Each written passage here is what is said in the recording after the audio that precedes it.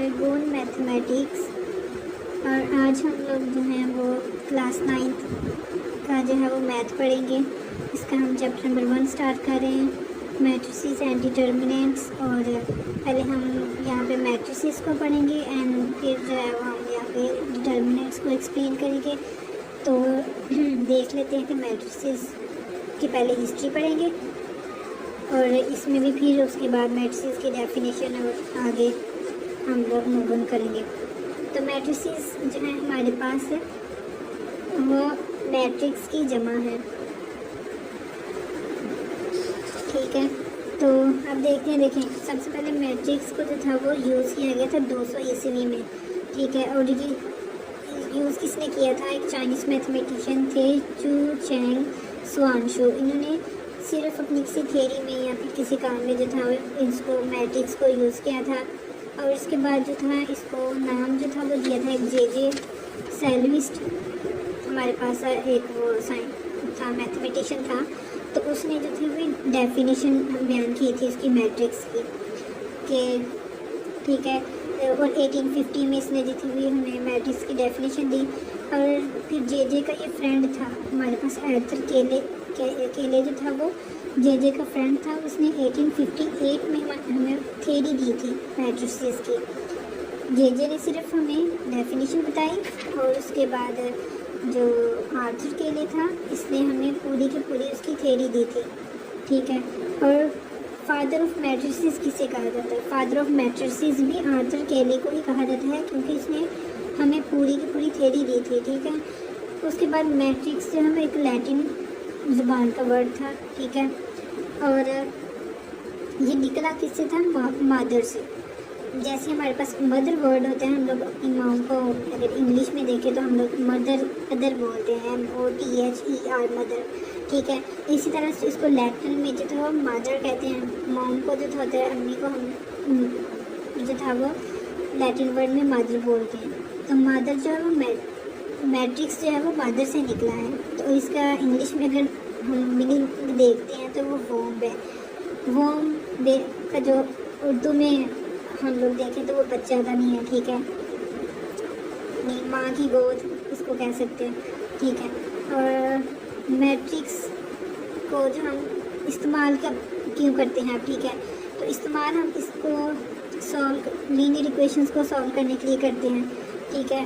तो linear equations ये देखें हमारे पास ये एक लीनियर इक्वेशन है, ये वाली सिस्टम ऑफ लीनियर इक्वेशन है। यहाँ पे हम इसको डिफरेंट मेथड से जो हमें सॉल्व कर सकते हैं इस क्वेश्चन को। एक तो हम इसको सॉल्व कर सकते हैं सब्स्टिट्यूशन मेथड से, यानी हम यहाँ पे एक वेरिएबल की वैल्यू को फाइंड करके दूसरे में पुट कर सकते हैं। लाइक हम y की वैल्यू को यहाँ से फाइंड करें, x में पुट करें, और ठीक है, और x में यहाँ से फिर हम x में पुट करेंगे जब y की वैल्यू को, तो यहाँ से एक फिर पहले इसकी y की वैल्यू निकल आएगी, उसके बाद x की वैल्यू निकल आएगी, ठीक है, यानी x और y की वैल्यू। तो ये बेसिकली ये सिस्टम ऑफ लीनियर इक्वेशन जो है सॉल्व हो जाता है सब्स्टिट्यूशन मेथड से भी। लेकिन फिर हम इसको मैट्रिक्स जो है उससे भी सॉल्व कर सकते हैं, ठीक है। हम इसको सॉल्व करके देखते हैं, एक एग्जाम्पल देखते हैं। देखिए यहाँ पे मैंने लिखा हुआ था, ये देखिए ये हमारे पास मैट्रिक्स आ जाता है।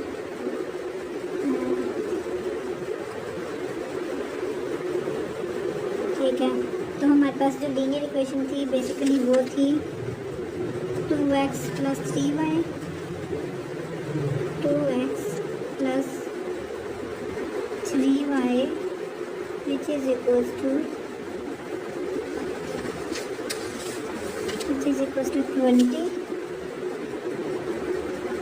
okay, which is equals to 20, and उसके बाद थी 3x + y, 3x + y which is equals to 5, जो भी हो, ठीक है। तो अब इसको जो सब्स्टिट्यूशन से मेथड से हमने करना है, यहाँ से पहले इनको equation number 1 and equation number 2 का नाम दे देते हैं, ठीक है।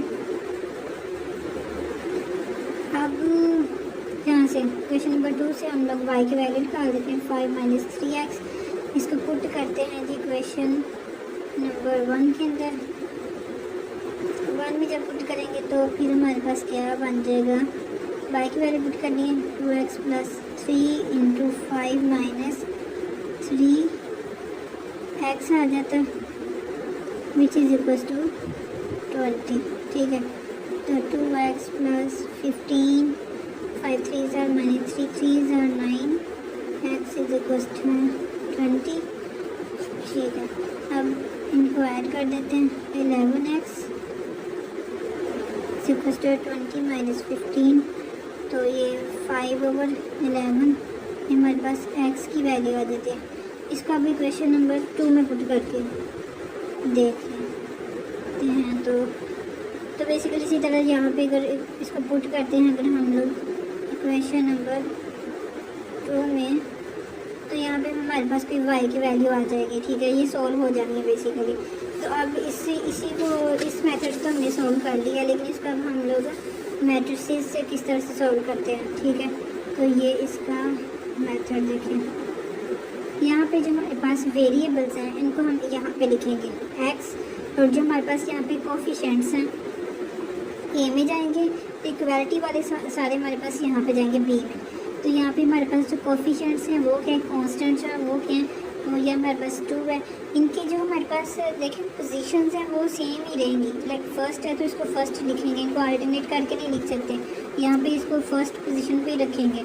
ठीक है, और 3 को यहाँ पे देखें इसके बाद है तो इसको ऐसे लिखेंगे एंड 1 इसका, और उसके बाद यहाँ पे हमारे पास 2 ही वेरिएबल्स एक्स और वाई, और इक्वालिटी में हमारे पास ये चीज़ आ जाती है।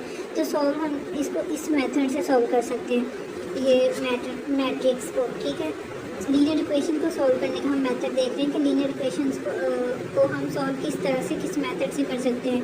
लीनियर इक्वेशन जो हमारे पास है, देखिए यहाँ पे सिर्फ 2 वेरिएबल्स की है और 2 ही इक्वेशन बन रही हैं। अगर हमारे पास यहाँ पे आ जाती हैं, हम 10 वेरिएबल्स की 10 इक्वेशंस लेते हैं और उनको हम कहेंगे सब्स्टिट्यूशन मेथड से सॉल्व करना है, तो वो नहीं हो सकती। वहाँ पे सब्स्टिट्यूशन मेथड, एलिमिनेशन मेथड जो है वो फेल हो जाते हैं, वो मेथड्स फेल होते हैं। इसलिए हम लोग उनको जो है मैट्रिसेस से जो है सॉल्व कर सकते हैं।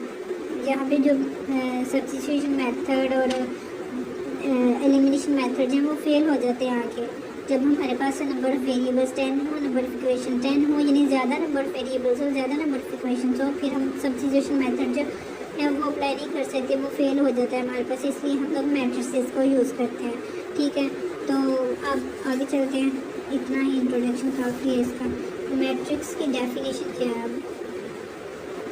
ठीक है, तो मैट्रिक्स हमारे पास बेसिकली एक अरेंजमेंट है नंबर्स की। नंबर्स हमारे पास वो रियल्स भी हो सकते हैं, कम्प्लेक्स नंबर भी हो सकते हैं। इनको बस हमने रेक्टेंगुलर अरेंजमेंट में लिखना है एक। ठीक है, एक वे ऑफ, ठीक,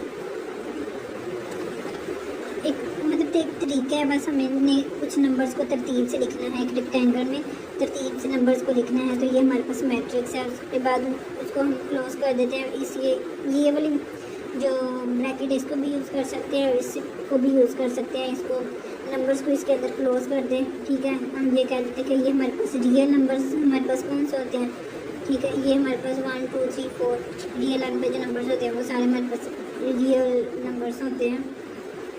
मैं ये कहती हूँ 1 3, ठीक है, 9 एंड 2, ये हमारे पास जो हैं ये नंबर्स हैं। इनको मैंने बस एक रेक्टेंगुलर अरेंजमेंट में लिखा हुआ है, और उसके बाद ये स्क्वायर जो ब्रैकेट्स हमने ये 2 दिए कि इस ब्रैकेट से या इस ब्रैकेट से जो है नंबर्स को हम इनक्लोज कर सकते हैं।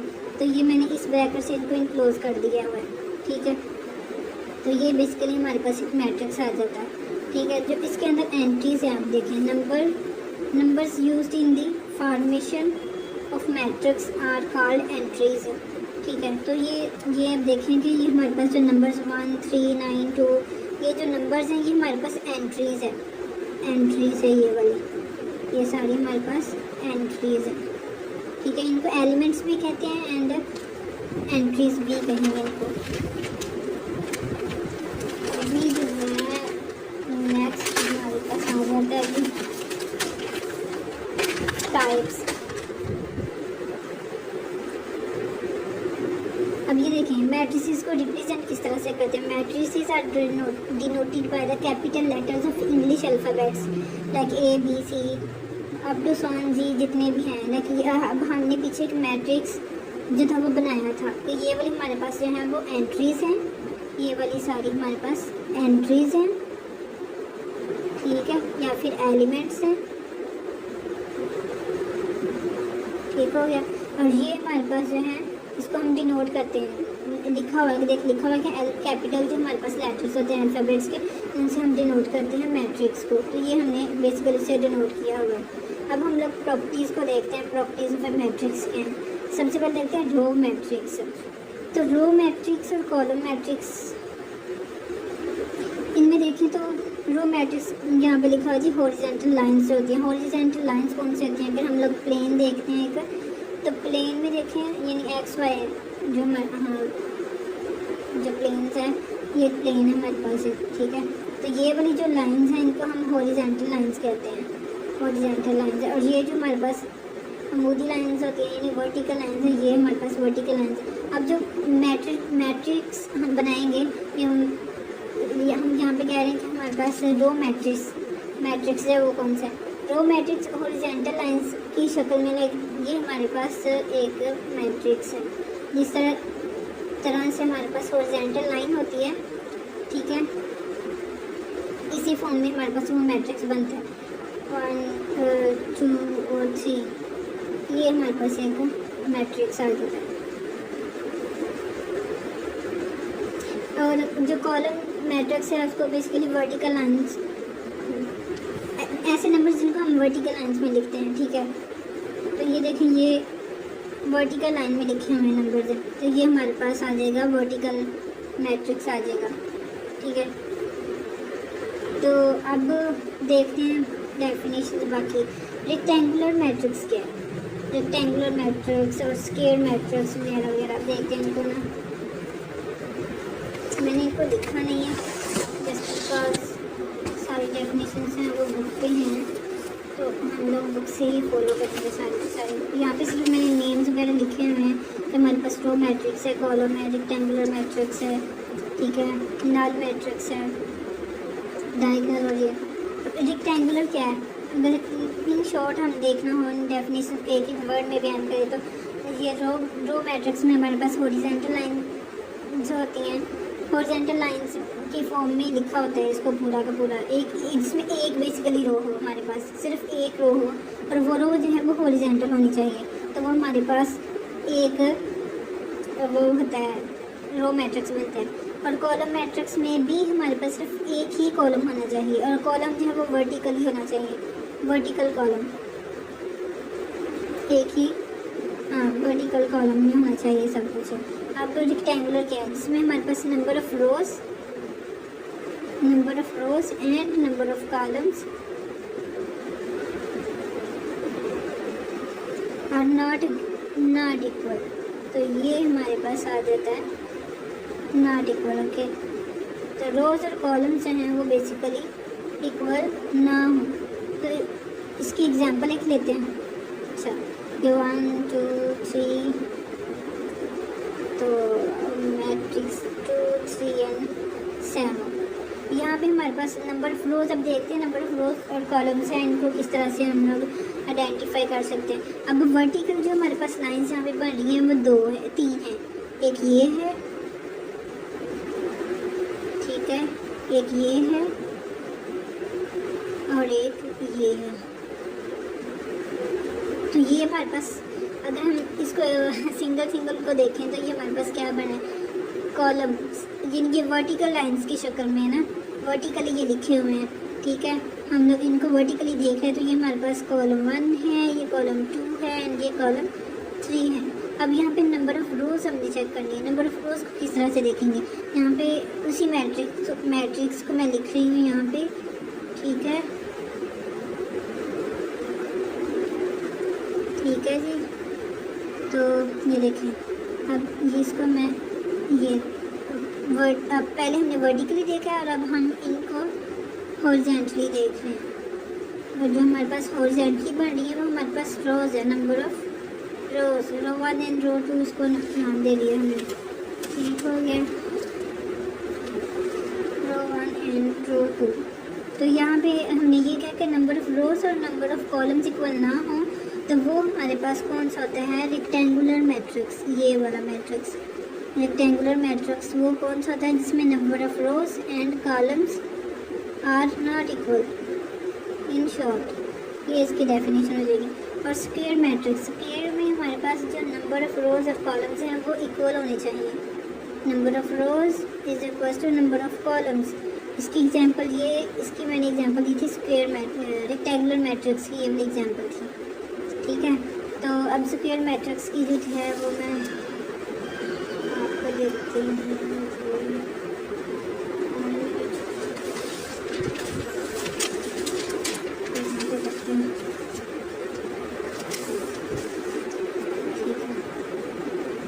अब यहाँ पे हम देखते हैं स्क्वायर मैट्रिक्स को।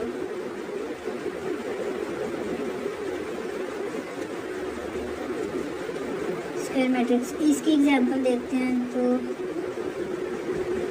इसमें नंबर ऑफ रोज और कॉलम्स इक्वल होते हैं, पहले 3 0 0 एंड 3। तो यहाँ पे देखते हैं, तो यहाँ पे देखेंगे हमारे पास ये देखें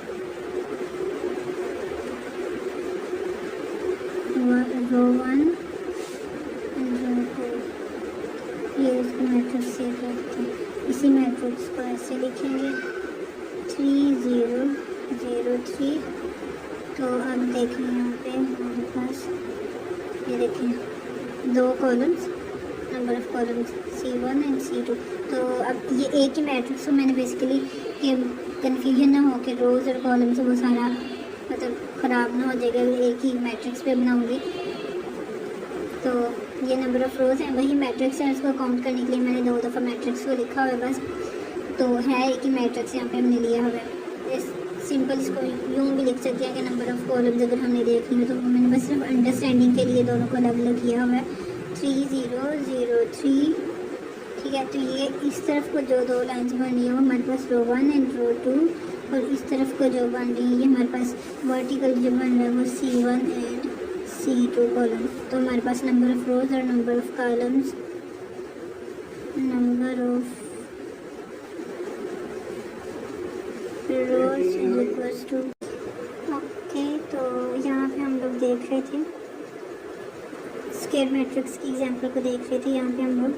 तो यहाँ पे देखिए हम लोगों ने देखा कि ये वाला हमने एक ए मैट्रिक्स लिया है, उसमें नंबर ऑफ़ रोज़ और नंबर ऑफ़ कॉलम्स जो है हमारे पास वो 2 2 आ रही हैं, यानी ठीक है। तो स्क्वायर मैट्रिक्स की डेफिनेशन भी ये थी कि हमारे पास नंबर ऑफ़ रोज़ और नंबर ऑफ़ कॉलम्स हैं वो इक्वल होती हैं, और जहाँ पे देखा जाए तो नंबर ऑफ़ रोज़ और नंबर ऑफ़ कॉलम्स हैं वो इक्वल हैं। ठीक है, तो और जो स्क्वायर मैट्रिक्स में नंबर ऑफ़ रोज़ और कॉलम्स इक्वल हैं इसमें, और जो हमारे पास रेक्टेंगुलर है उसमें नहीं है। तो रेक्टेंगुलर की जो एग्जांपल हमने देखी थी वो देखें कि इसमें हमारे पास जो नंबर ऑफ़ ये हमने एक ही मैट्रिक्स ये भी लिया हुआ है। ठीक है, ये ए मैट्रिक्स है और ये भी वही मैट्रिक्स है। इसको मैंने अलग अलग जो लिखा हुआ है इसमें नंबर ऑफ़ रोज़ और कॉलम्स को जो मैंने अलग अलग डिनोट किया हुआ है वो सिर्फ अंडरस्टैंडिंग के लिए मैंने इसको 2 दफ़ा मैट्रिक्स को लिखा है। पहले तो मैंने देखा कि नंबर ऑफ़ कॉलम्स इसमें कितने हैं, हमारे पास 3 है, नंबर ऑफ़ रोज़ 2 है।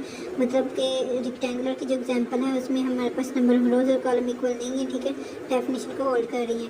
स्क्वायर मैट्रिक्स भी हमारे पास हो गया, रेक्टेंगुलर भी हो गया। नल मैट्रिक्स में हमारे पास ये होता है कि जो तमाम एंट्रीज़ होती हैं उसमें हमारे पास वो 0 0 होती हैं। ठीक है, जो मैट्रिक्स के अंदर सारी एंट्रीज हों वो 0 हो तो हमारे पास नल मैट्रिक्स होता है, या फिर वो हमारे पास 0 मैट्रिक्स होता है। अब हम लोग देखते हैं जी ट्रांसपोज मैट्रिक्स क्या है। ट्रांसपोज ऑफ ए मैट्रिक्स जो है ये बेसिकली मैंने यहाँ पे सिमेट्री की डेफिनेशन लिखी। पहले हम ट्रांसपोज को देखते हैं क्या। ट्रांसपोज में हम लोग नंबर ऑफ़ रोज़ को नंबर ऑफ़ कॉलम्स में और नंबर ऑफ़ कॉलम्स को नंबर ऑफ़ रोज़ में चेंज करते हैं। तो इसकी मैं पहली जो सबसे एग्जांपल लूँगी वो मैं लूँगी, यहाँ पे मैंने ये लिखी हुई है आइडेंटिटी मैट्रिक्स। ठीक है, सबसे पहले मैं आइडेंटिटी मतलब ये मैंने आइडेंटिटी एक मैट्रिक्स दिया हुआ है। तो ये आइडेंटिटी में हमारे पास ये डायगोनल में 0 0 चीज़ होती है। ठीक है, ये एक मैट्रिक्स है, इसमें मेरे पास जो नंबर ऑफ़ रोज़ वो भी 2 हैं, नंबर ऑफ़ कॉलम्स हैं वो भी 2 हैं।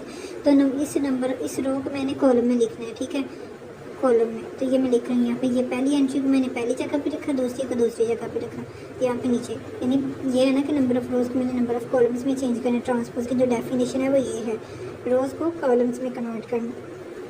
या फिर कॉलम्स को रो में करना है, तो मैं रोज़ को कॉलम में कर रही हूँ। तो ये फर्स्ट रो को मैंने इस कॉलम में लिख दिया। अब सेकंड वाली रो को मैं लिख रही हूँ, ये सेकंड कॉलम में लिखूँगी 0 और 1। तो ये बेसिकली वही हमारे पास बन रहा है। इसका ट्रांसपोज है ना, आई का ट्रांसपोज है, वो वही चीज़ बन रही है हमारे पास। देखें, उसका ट्रांसपोज में वही चीज़ अगेन वही आ जाता है हमारे पास। अब इसके एक और एग्जांपल में लेती हूँ ट्रांसपोज मैट्रिक्स की। हाँ चलो, हमने लिखी थी, ये देखिए, एक मैट्रिक्स लिया A, उसमें मेरे पास एंट्रीज है 1 2 3 4, ठीक है। और ये देखिए, ये फर्स्ट वाली जो रो थी, मैंने इस पूरी रो को इस कॉलम में कन्वर्ट कर दिया, ठीक है। फर्स्ट रो का जो फर्स्ट एलिमेंट है मैंने उसको लिखा फर्स्ट में, फिर सेकंड वाला एलिमेंट को लिखा कॉलम के सेकंड एलिमेंट के तौर पर लिखा हुआ, फिर इस रो को मैंने इस कॉलम में कन्वर्ट कर दिया। अगेन एक एग्जांपल हम लोग ले लेते हैं, कुछ 0 1 0 2 0 एंड 1, ठीक है।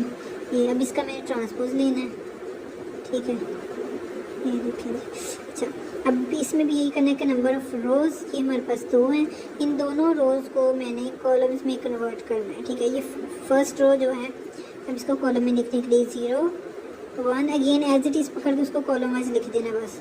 और ये सेकंड रो है, इसको भी पकड़ के हमने उसमें लिख दिया, तो ये चीज़ होगी। या इसको इस तरह से भी लिख सकते हैं हम लोग कि ये हमारे पास कॉलम्स हैं। लिखने का दूसरा तरीका मैंने डेफिनेशन में ये बताया कि नंबर ऑफ़ रोज़ को नंबर ऑफ़ कॉलम में कन्वर्ट करते हैं, या फिर नंबर ऑफ़ कॉलम्स को नंबर ऑफ़ रोज़ में कन्वर्ट करना है। एक तो मैंने ये इस वाले में मैंने किया, रोज़ जो हैं उनको कन्वर्ट किया है मैंने, कन्वर्ट करके लिख दिया कॉलम्स में, ठीक है। और अब मैं करती हूँ कॉलम्स को कन्वर्ट करके रोज़ में, ठीक है। अब ये भी 2 मेथड से इसको कर सकते हैं। डेफिनेशन भी इसकी यही है, रोज़ को कॉलम्स में या फिर कॉलम्स को रोज़ में कन्वर्ट करें तो आंसर वही आएगा, सेम जो मैट्रिक्स दोनों का एक जैसा ही बनेगा। अब देखते हैं, ठीक है जी। फिर वही ए वाला सेम लूँगी अब मैं, ठीक है, 0 1 0 एंड 2 0 एंड 1, ये चीज़। अब इसकी जो हमारे पास number of column C1 C2 and C3, इसको हम, ये कॉलम्स हैं तो इसको हम किस में कन्वर्ट करेंगे, रोज़ में, नंबर ऑफ़ रोज़ में। फर्स्ट कॉलम को एज इट इज़ लिखा है रो में लिखना है ना, इस तरह से लिखेंगे, हॉरिजॉन्टली लिखेंगे। तो 2 सबसे पहले 0 है, 0 as it is and second element. फिर ये फर्स्ट सेकंड कॉलम को उठाया, सेकंड रो में लिख दिया 1 0। फिर ये थर्ड को उठाया एंड थर्ड रो में लिख दिया, देखिए थर्ड रो में लिख दिया 0 1। तो ये हमारे पास एक मैट्रिक्स है। तो देखिए, मैंने इसमें रोज़ को कन्वर्ट किया कॉलम्स में, तो हमारे पास वही वो और ये दोनों, देखिए दोनों हमारे पास सेम टू सेम बन रहे हैं, एज इट इज़ बन रहे हैं मैट्रिक्स दोनों, ठीक है। तो ये हमारे पास ट्रांसपोज की डेफिनेशन हो गई है। तो अब हम नेक्स्ट पे मूव ऑन करते हैं, ठीक है। तो अब हमारे पास है जी ना, ये भी हो गया, ट्रांसपोज भी हो गया। अब हम लोग सिमेट्रिक पे चलते हैं। तो ऐसा मैट्रिक्स सिमेट्रिक मैट्रिक्स होता है, लेकिन हम एक मैट्रिक्स लेते हैं, ठीक है, तो उसका ट्रांसपोज लें तो अगेन हमारे पास वही मैट्रिक्स आ जाए जिसका हमने ट्रांसपोज लिया हो, वही मैट्रिक्स आ जाए, तो वो हमारे पास सिमेट्रिक मैट्रिक्स होता है। तो इसकी ये मैंने जो एग्जांपल अभी ट्रांसपोज वाली की थी कि आई मैंने आइडेंटिटी मैट्रिक्स लिया, उसको मैंने ट्रांसपोज लिया, तो अगेन हमारे पास फिर वो आइडेंटिटी मैट्रिक्स ही बन रहा है। तो ये इसकी एग्जाम्पल होगी सिमेट्रिक मैट्रिक्स की, ठीक है। स्क्यू सिमेट्रिक, उसके बाद क्या है, स्क्यू सिमेट्रिक की डेफिनेशन में सिर्फ इतना सा चेंज है कि अगर हम एक मैट्रिक्स ए है उसका ट्रांसपोज लेते हैं तो हमारे पास जो उसके सोल्यूशन जो उसका आएगा उसमें हमारे पास -a आ जाए, जो हमारे पास गिवन है उसका नेगेटिव आ जाए, ठीक है, उसका, तो वो हमारे पास बन जाता है स्क्यू सिमेट्रिक। अब इसकी हम लोग डेफिनेशन तो देख लिया, अब इसकी एग्जांपल देखते हैं जी। स्क्यू सिमेट्रिक की डेफिनेशन, ठीक है,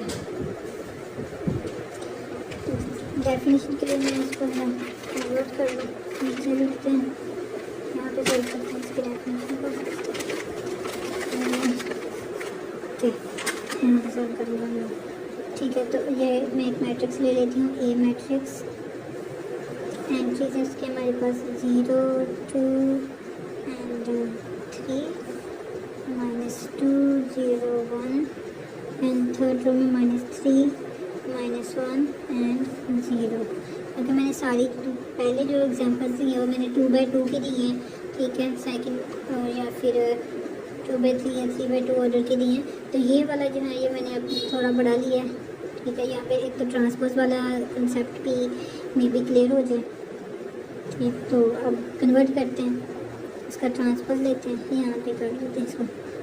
ये मैं कर रही हूँ रोज़ को कन्वर्ट करी कॉलम्स में, ठीक है। रोज़ नंबर ऑफ रोज़ में कन्वर्ट करी नंबर ऑफ कॉलम्स में। तो फर्स्ट रो मैंने क्या क्या कि ऐसे ही हमने उठाना है, एज इट इज़ रो को उठाएंगे, कॉलम वाइज में लिख देंगे।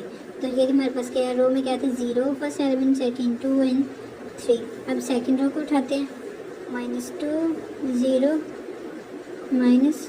अब थर्ड वाली रो को उठाते हैं तो -3 -1 एंड 0।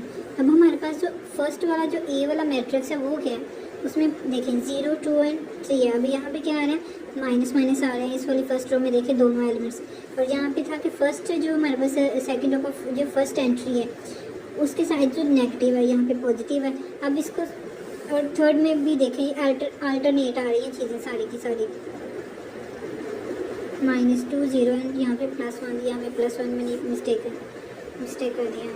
अब इसको देखें, यहाँ पे अगर हम लोग माइनस यहाँ से कॉमन ले लेते हैं, ठीक है, एक का transpose is equal to minus यहाँ से, ये वाला जो मैट्रिक्स है यहाँ से अगर हम लोग कॉमन लेते हैं तो फिर अंदर क्या बच जाता है 0, और यहाँ से माइनस बाहर निकलेगा तो पॉजिटिव, माइनस ये भी पॉजिटिव में हो जाएगा।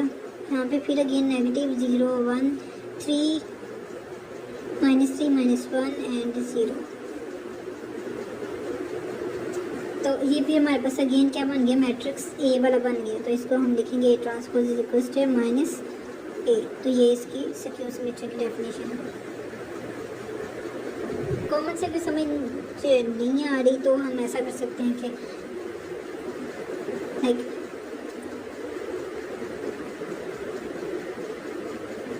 माइनस को अंदर मल्टीप्लाई कर देते हैं एक को, और एक हम जब माइनस माइनस प्लस होता है ना, तो एक माइनस से बाहर हो गया, फिर एक अंदर इस वाले सारी टर्म के साथ जब मल्टीप्लाई कर देते तो मल्टीप्लाई करेंगे जब -1 को अंदर, तो क्या होगा 2 3 -2 0 1 -3 -1 एंड 0, ये चीज़ बन जाएगी। तो वही चीज़ बन जाती है, हमने अंदर कॉमन ले लिया, इसको बाहर माइनस को बाहर निकाल लिया, तो ये चीज़ बन गई हमारे पास A transpose is equal to -A आ जाता है। अब अगली डेफिनेशन होती है हमारे पास,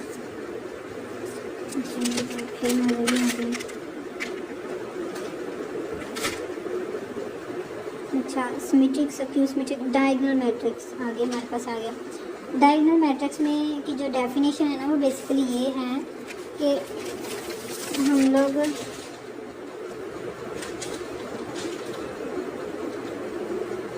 डायगोनल में ये है कि जो हमारे पास ये उसका डायगोनल है, उसके जो एंट्रीज़ है ना, यहाँ पे मैं बनाती हूँ ये इसको हम वितर भी बोलते हैं, ये वाला जो चीज़ है ना, यहाँ पे जो हमारे पास एंट्रीज़ है ना, यहाँ पे एटलीस्ट एक जो एंट्री है ना वो 0 ना हो, तो वो हमारे पास डायगोनल मैट्रिक्स होता है।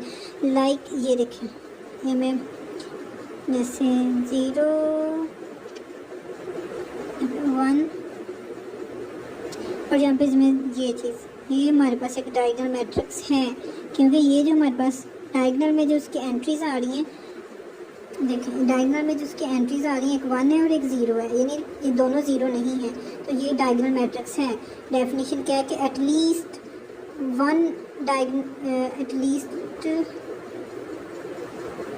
वन एलिमेंट जो हमारे पास है, 1 element of diagonal is non zero, ठीक है। यहाँ पे जगह थोड़ी है, नॉन ज़ीरो हो तो वो ये चीज़ हो जाएगी। इसकी और भी एग्जांपल्स मैं अगर दूँ तो मैं कैसे दूँगी, अच्छा डायगोनल मैट्रिक्स की एग्जांपल्स हैं ये, डायगोनल मैट्रिक्स, ठीक है। एटलीस्ट 1 एंट्री जो है उसकी डायगोनल की वो नॉन ज़ीरो होनी चाहिए, 0 1 2 3 0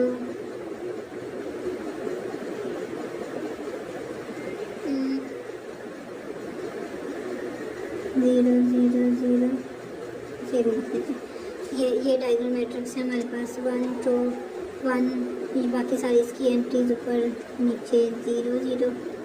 तो ये भी डायगोनल मैट्रिक्स है हमारे पास। तो यहाँ पे अगर डायगोनल, इसके डायगोनल को ही देखना है, डायगोनल मैट्रिक्स में सिर्फ इसके डायगोनल को ही देखना है। अगर ये भी 0 हो जाए, यहाँ पे भी मैं कहती हूँ ये भी 0, सारा 0 0 है, लेकिन इसके डायगोनल में सिर्फ एक एलिमेंट ऐसा है जिसकी जो नॉन ज़ीरो है, तो वो हमारे पास डायगोनल मैट्रिक्स होगा। अब स्केलर मैट्रिक्स में हमारे पास ये आ जाता है, स्केलर मैट्रिक्स में सिर्फ जो हमारे पास डायगोनल के जो एलिमेंट हैं जो यहाँ पे लिखे होते हैं, ठीक है, वो 1 1 वो कांस्टेंट होने चाहिए बेसिकली,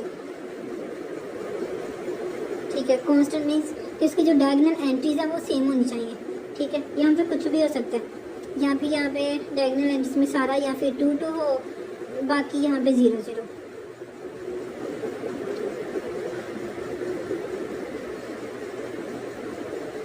तो जिसकी डायगोनल जो मैट्रिक्स हमने पढ़ा है उसकी डेफिनेशन भी ये है कि डायगोनल में एटलीस्ट एक एलिमेंट नॉन ज़ीरो हो और जो नॉन डायगोनल एंट्रीज हैं वो सारी की सारी ज़ीरो हों, तो वो हमारे पास डायगोनल मैट्रिक्स होगा। और स्केलर मैट्रिक्स की डेफिनेशन ये है कि जो हमारे पास डायगोनल एंट्रीज हैं वो सारी की सारी जो है वो सेम होनी चाहिए, और नॉन डायगोनल एंट्रीज जो हमारे पास वो होनी चाहिए 0।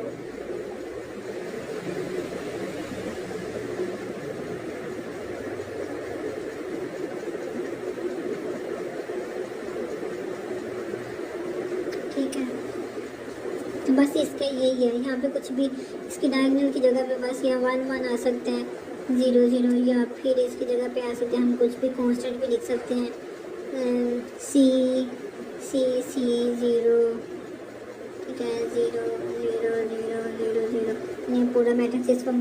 बस यहाँ पे एक चीज़ ये याद रखिए, यहाँ पे जो भी वैल्यू होगी वो सेम हो, ठीक है, डायगोनल में जितनी भी एंट्रीज हो वो सेम होंगे, तो वो हमारे पास स्केलर मैट्रिक्स आ जाएगा। अब हमारे पास उसके बाद आइडेंटिटी मैट्रिक्स क्या होता है। अब आइडेंटिटी यहाँ पे तीनों में एक चीज़ थोड़ा कन्फ्यूजन हो जाती है आइडेंटिटी मैट्रिक्स से। अब अगेन रिपीट कर रही हूँ कि डायगोनल मैट्रिक्स में हमारे पास नॉन डायगोनल एंट्रीज जो हैं वो 0 होती हैं, और डायगोनल हमारे पास ये होता है, डायगोनल वाली जितनी भी एंट्रीज होती हैं उनमें सिर्फ एटलीस्ट एक जो है वो नॉन ज़ीरो हो, बाकी बेशक सारी की सारी 0 हो। इस तरह से ये है, तो वो हमारे पास डायगोनल मैट्रिक्स होगा। और ऐसा भी हो सकता है कि उसकी कोई भी जो है वो 0 ना हो, सारी की सारी जो है वो वहाँ पे कॉन्स्टेंट्स कोई ना कोई टर्म्स हों, ठीक है। नॉन डायगोनल जो है बेसिकली 0 हों, तो वो हमारे पास डायगोनल मैट्रिक्स है। इसकी बेसिक डेफिनेशन यही है कि यहाँ पे इसकी जो नॉन डायगोनल एंट्रीज हैं वो सारी 0 होनी चाहिए, ये शर्त है कि होनी ही चाहिए। और इसकी जो है बेशक यहाँ पे कोई भी 0 ना हो डायगोनल की एंट्री, या फिर कोई इनमें से कोई एक डायगोनल जो की एंट्री 0 हो, बाकी 2 ना हो, फिर भी ये डायगोनल मैट्रिक्स होगा। अगर इसकी दो एंट्रीज जो हैं डायगोनल की, वो एंट्रीज जो हैं डायगोनल की वो 0 होती हैं और एक नहीं होती, तो फिर भी ये डायगोनल मैट्रिक्स ही होगा, ठीक है। तो इसकी ये डेफिनेशन होगी कि एटलीस्ट 1 जो हमारे पास डायगोनल का एलिमेंट जो है वो नॉन ज़ीरो हो, और नॉन डायगोनल जो जितनी भी हमारे पास ये नॉन डायगोनल एंट्रीज हैं ये इसके ऊपर नीचे, ठीक है, तो ये सारी की सारी 0 होनी चाहिए। और स्केलर में हमारे पास ये है कि डायगोनल की जो एंट्रीज हैं वो सारी की सारी सेम होनी चाहिए, ठीक है। ये देखिए यहाँ पे C 1 1 2 2 ये सारी सेम है। आइडेंटिटी में अब ये आ रहा है कि जो हमारे पास डायगोनल की एंट्रीज हैं वो सिर्फ 1 ही होनी चाहिए, 1 1 1, ठीक है। कि डायगोनल की एंट्रीज सारी की सारी डायगोनल की एंट्रीज 1 होनी चाहिए, नॉन डायगोनल सारी 0 होना चाहिए, वो हमारे पास आइडेंटिटी मैट्रिक्स होगा। बस इसकी यही डेफिनेशन।